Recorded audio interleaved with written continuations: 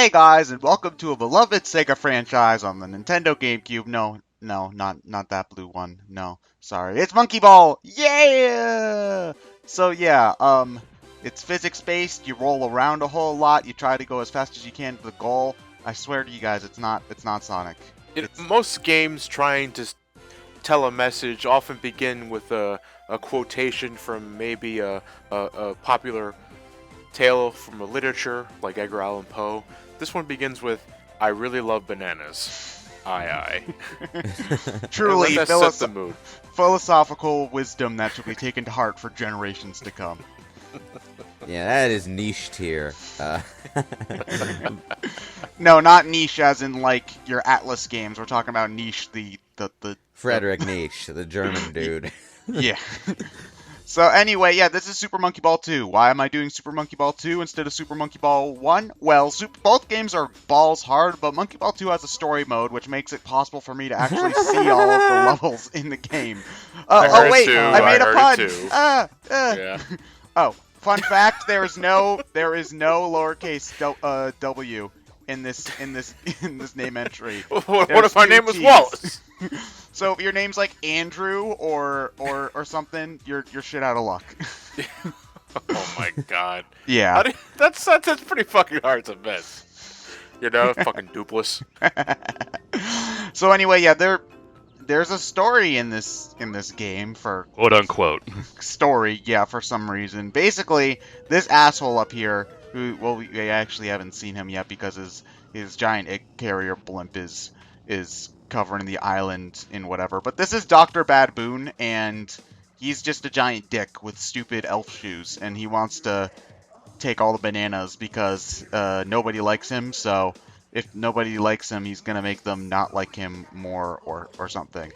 Fun fact: it sounds like they're just doing random Banjo-Kazooie gibberish for Dr. Badboon's voice, but it's actually if you play the gibberish in reverse, it actually sounds somewhat like the words he's trying to say. Yeah, it is actual dialogue, but it's reversed. Yeah, like right there, when he's saying shut up, if you reverse it, it sounds like shut up. So it's not like enunciated or whatever, but it's close enough. So I'm surprised they did that. So Hey, what a dick though. I mean, like this, they get some guy to voice act the villain of the story. It's like, oh great, people are finally going to hear my acting chops, and then they reverse that shit. Fuck. I'm not sure if I'd put Super Monkey Ball 2's cutscenes on my resume if I was an actor, though. Just gonna say I love these goddamn cutscenes. Magical spell is Ei-Ei-Poo. What the bloody fucking hell was that? Magical spell is Ei-Ei-Poo, Lewis. Don't think about it. So anyway, if you're playing the game in arcade mode, you will be going through stages in a select order, but since we're on story mode, you can choose any stage in the world in any order. So if you're stuck on one stage, you can go back to it later and then do other stages in the meantime, but you do have to beat every stage in the world before you can go on to the next world. So there are... I like how the first stage is just called Simple, and all you need to do is roll Hold directly up, forward. you fucking dumbass. Every Monkey Ball game starts with a stage like that as your first stage, where all you have to do is press forward and you win. So I don't think it's even possible to fall off in there, unless if you like do some crazy trick to build up momentum so you can jump over the ledge and fall off. Oh man, if you ever want a good time, look up Monkey Ball speedruns. The physics tricks you can pull in this game are absolutely ridiculous, and I love them to death. If you wanted something that makes me wince. You have to be really goddamn precise, though. I try to pull off a few shortcuts, but I'm not the best at Monkey Ball, so I try to play it safe most of the time. But you know, occasionally I can get a little adventurous with my Monkey Ball-ing. Would you say you get a little bit ballsy? Yeah, I probably could. Good Monkey ballsy. Also, fun fact, the bumps in this stage are actually written in Braille, and they say something like, "Hi, yes, it's me, the stage designer. Yep, Braille," or something to that effect. Ei-Ei-Poo. So Something to anyway, that effect. Anyway. do we any of us besides me have any experience with monkeys and balls? I was actually just about to ask that. I What- do. What of our experiences sum up with Monkey Ball? Yeah, this I go back to the beginning of the GameCube era actually with Monkey Ball, because before I owned a GameCube, I played my uncle's a bit, and it was Sonic Adventure 2 Battle, it was Super Mario Sunshine, and Super Monkey Ball, the first game. We played the party games primarily, but once I had some time to dabble into single player stuff, that's when I really started getting into it. And I don't know if it was just me, but looking how this game is heavily physics-based, and we got all these checkerboard floors here. I think you guys know where I'm going with this. I was always curious as to whether or not they can make this a Sonic game of some sort. Well, they probably could, and there's plenty of Monkey Ball references in other Sonic games, like Ei-Ei's playable in Sonic Riders, I think. But honestly, like, it's the game, like, similarities aside, like physics and checkerboards, they play very differently, and I want Sonic to stay out of Sega's other goddamn franchises, because fuck that blueprint. I'm not asking whether or not like if Sonic should invade Monkey Ball. No, because there I agree. Like, keep Monkey Ball, keep Sonic. But do you think they could make something with Sonic? Like with a heavily physics-based gameplay Well, this? From where I'm sitting, it kind of looks like fan game designers have tried to make Monkey Ball-based Sonic games for the last 20 years. Because this looks very much like any given Sonic fan game engine test to me. And, if you think about it, Sonic Labyrinth, if you take out the physics stuff, is basically kind of a Sonic Monkey Ball, where you got, like, a short puzzle area and you try to get to the goal. it's like miniature that- golf. Only that sucks, and this is fun, so, Well, this is glorified miniature golf, though. It's fun. Well, you don't get to control where the ball goes. You don't get to lift. Well, to be the fair, you're not goddamn- controlling where the ball goes either. Well, yeah, but you also don't get to take the entire mini golf green, pull it up by your hands, and like tilt it so the ball gets in. And the I'm hole. saying you haven't been desperate enough in a game of miniature golf. Okay, I'm not the goddamn Hulk, all right. So I don't think anybody else could probably do that. Hulk want free ice cream cone. Ted, think about smashing. Hole in one. Although- Hole in one. Oh, like it's a hole in one. Fucking ice cream. Although even at this point, it's pretty obvious that this game is very, very low budget, very simple level geometry over the same. It started as basic an arcade background. game at first. Yeah, Monkey Ball With the Super Monkey Ball- banana-shaped controller. Yeah, Super Monkey Ball Ugh. 1 on the GameCube is just a straight-up port of the original arcade version with some added bells and whistles, granted. Monkey Ball 2, if you've played Monkey Ball 1, a lot of the assets are ripped straight from Monkey Ball 1. I'm pretty sure a lot of the floor textures, the backgrounds and music are all new, and actually a few of the minigames are just upgraded versions of the Monkey Ball 1 minigames, although generally speaking, I think the Monkey Ball 2 minigames are generally better. Actually, I can't remember which one had the billiards game, or if both have the billiards game, because Both had the billiards game. Okay, because Monkey Billiards is actually really, really well done. Yeah, I enjoyed that one too. That's the one we played the most actually when we played this game for the first time. But to continue where we left off, I mean, like, Ryan, what's your history with Monkey Ball, if any? My cousin had it at first, and then I got a copy, and then I got two, and me and my sisters played the party games a bit. I dabbled in single player, but that was about it, really. Okay. What about you, Lewis? Not so much as a minute. I've never What is played this Super shit? Monkey Ball anything in my life. Okay. I have some experience with the bananas. Does that count? Yeah, I think for one of the new Monkey Ball games where they switched from Dole bananas to Chiquita bananas, they had like Monkey Ball stickers on the Chiquita bananas or something. It is like the first goddamn thing you notice when booting up the original Monkey Ball on the GameCube is their pineapple blimp, I guess.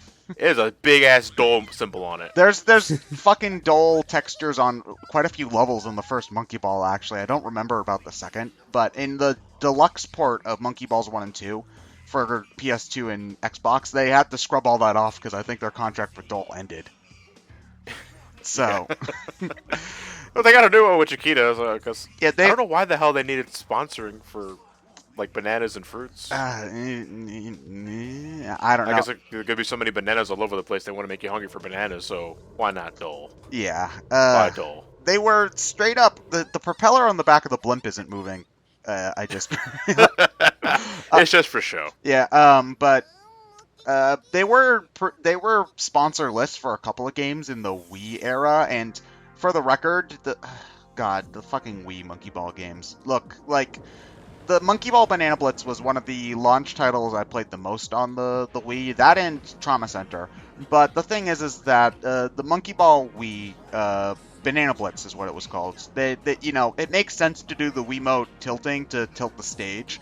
But the problem is that they don't give you an option to use the control stick instead. So you got to deal with slightly imprecise motion controls. And also they added a jump button, which is really awkward.